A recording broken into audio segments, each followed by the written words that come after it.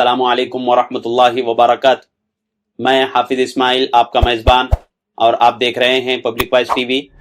चलिए नाजरीन, आज की एक अहम खबर की तरफ हम रुख करते हैं। शारदा स्कूल चंदापुर में किया गया खुसूसी प्रोग्राम।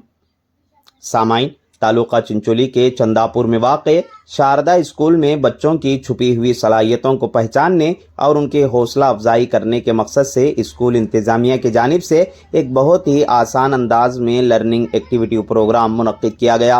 इस दौरान समाजी कारकुन गोपाल एमपी गारमपल्ली ने प्रोग्राम के इफ्तिताह के साथ ही खिताब फरमाया। आपने कहा कि हर बच्चे में एक मुनफरिद सलाहियत ज़रूर छुपी होती है। उन सलाहियतों को सामने लाने के लिए स्कूल इंतज़ामिया को चाहिए कि लर्निंग एक्टिविटी जैसे प्रोग्राम मुनक्किद करते रहें, जिसके ज़रिए बच्चों की तख्लीक़ी सलाहियतों की शनाख्त और हौसला अफजाई मुमकिन है। उन्होंने शारदा स्कूल इंतज़ामिया और असातिज़ा की उन कोशिशों की सताइश की।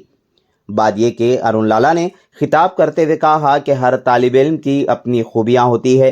इस तरह के प्रोग्राम से बच्चों की सलाहियतों को सामने लाने में मददगार साबित होती है। इस तकरीब में तलबा ने पेंटिंग, तालीमी परफॉर्मेंस और दीगर सलाहियतों का मुजाहिरा पेश किया। इस मौके पर मेहमान खुसूसी श्री जगदेवी, स्कूल मैनेजमेंट अफसर राजेंद्र प्रसाद, सिद्दीक, सुषमा, कविता के अलावा दीगर स्कूली अमला मौजूद रहा। आइए देखते हैं तफसीली रिपोर्ट। अध्यक्षते ಈ ಶಾಲೆಯ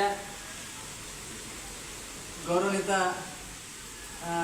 ಸದ್ಯ ಈಗ ನಮಗೆ ಭಾಳ ಸಂತೋಷ, ಒಂದು ವಾರ ಹಿಂದ್ಗಡೆ ನಾವು ಸ್ಕೂಲ್ ತುಂಬಿದ್ದೆ, ನಮ್ಮ ಮಕ್ಕಳಿಗೆ ಈ ಥರ ಮಾಡ್ತಿದ್ದೀನಿ ಸರ್ ಅಂತೇಳಿ.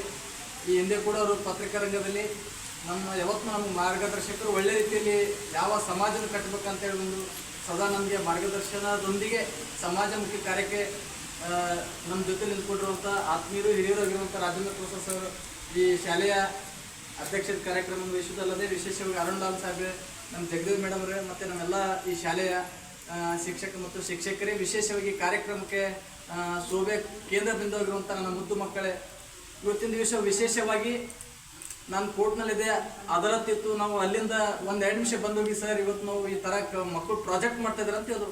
ಸರ್ ಪ್ರಾಜೆಕ್ಟ್ ಅಂದರೆ ಏನು, ಈ ವರ್ಷ ಪ್ರಾಜೆಕ್ಟ್ ಅಂದರೆ ಇನ್ನೂ ಜೂನ್ ಪ್ರಾರಂಭವಾಗಿ ಇನ್ನೂ ಸಿಲೆಬಸ್ ಇನ್ನೂ ಪ್ರಾರಂಭ ಪ್ರಾಜೆಕ್ಟ್ ಏನು ಮಾಡ್ತಿದ್ರಿ ಅಂತ ಕೇಳಿದಾಗ ಆ ಪ್ರಾಜೆಕ್ಟ್ ಇವತ್ತು ನಾನು ಅಲ್ಲಿ ಬಹುಶಃ ನಮ್ಮನ್ನು ಸ್ವಾಗತ ಮಾಡ್ಕೊಂಡ್ರಿ. ಇವತ್ತು ಯಾವ ಒಬ್ಬ ಸಾಮಾನ್ಯ ಕಾರ್ಯಕರ್ತನು ಕೂಡ ಎಷ್ಟು ಗೌರವಪೂರ್ವಕವಾಗಿ ಈ ಶಾರದಾ ಸ್ಕೂಲ್ನಲ್ಲಿ ಅಷ್ಟು ಸಂಸ್ಕಾರದಿಂದ ಇವತ್ತು ಏನಾದರೂ ನಾನು ಎಷ್ಟೋ ದೊಡ್ಡ ದೊಡ್ಡ ಕಾರ್ಯಕ್ರಮಗಳಲ್ಲಿ ಹೋಗಿದ್ದೇವೆ, ಆದರೆ ಗೌರವಪೂರ್ವಕವಾಗಿ ಭಾಳ ಸಂಸ್ಕಾರ ಭರಿತವಾಗಿ ಏನಾದರೂ ಕಾರ್ಯಕ್ರಮ ಅಂದರೆ ಇವತ್ತು ಶಾರದಾ ಸ್ಕೂಲ್ನಾಗ ಇವತ್ತು ನೀವು ಮಾಡ್ರಿ ಅಂತೇಳಿ ನಿಮ್ಗೆ ಅಭಿನಂದನೆ ಮಾಡ್ತೀನಿ.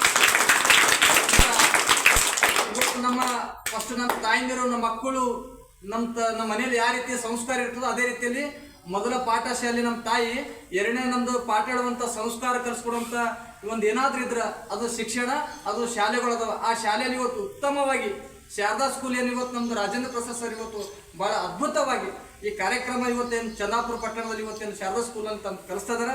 ಇವತ್ತು ನಮ್ಮ ದೇಶದ ಭವಿಷ್ಯವನ್ನು ಬೆಳಗುವಂಥ ಮಕ್ಕಳು ನೀವು. ನಾನೊಬ್ಬ ನಾ ಇಷ್ಟು ದೊಡ್ಡ ನಾನು ಅಂದರೆ ಈ ಬೆಳವಣಿಗೆ ಆಗೋಕ್ಕಿಂತ ಮುಂಚೆ ನಾನು ಒಬ್ಬ ಬಾಲಕ ವಿದ್ಯಾರ್ಥಿ. ಅದೇ ರೀತಿ ಇವತ್ತು ನೀವು ಏನು ಶಾರದಾ ಸ್ಕೂಲ್ನಲ್ಲಿ ಓದಿ ಈ ತಾಲೂಕಿಗೆ ನಿಮ್ಮ ತಂದೆ ತಾಯಿಗೆ ರಾಜ್ಯಕ್ಕೆ IAS IPS ಆಗುವಂಥ ಅಧಿಕಾರಿಗಳು ನೀವು ಆಗಬೇಕು. ಇವತ್ತೇ ನೀವು ಚಾಲೆಂಜಿಂಗ್ ಮಾಡಬೇಕು. ಬಾಬಾ ಸಾಹೇಬ್ ಅಂಬೇಡ್ಕರ್ ಹೇಳ್ತಾರೆ ಒಂದು ಕಡೆ, ಇವತ್ತು ಶಿಕ್ಷಣ ಎಂಬುದು ಹೆಂಗದಂದ್ರೆ ಹುಲಿ ಹಾಲು ಇದ್ದಂಗೆ ಅಂತ.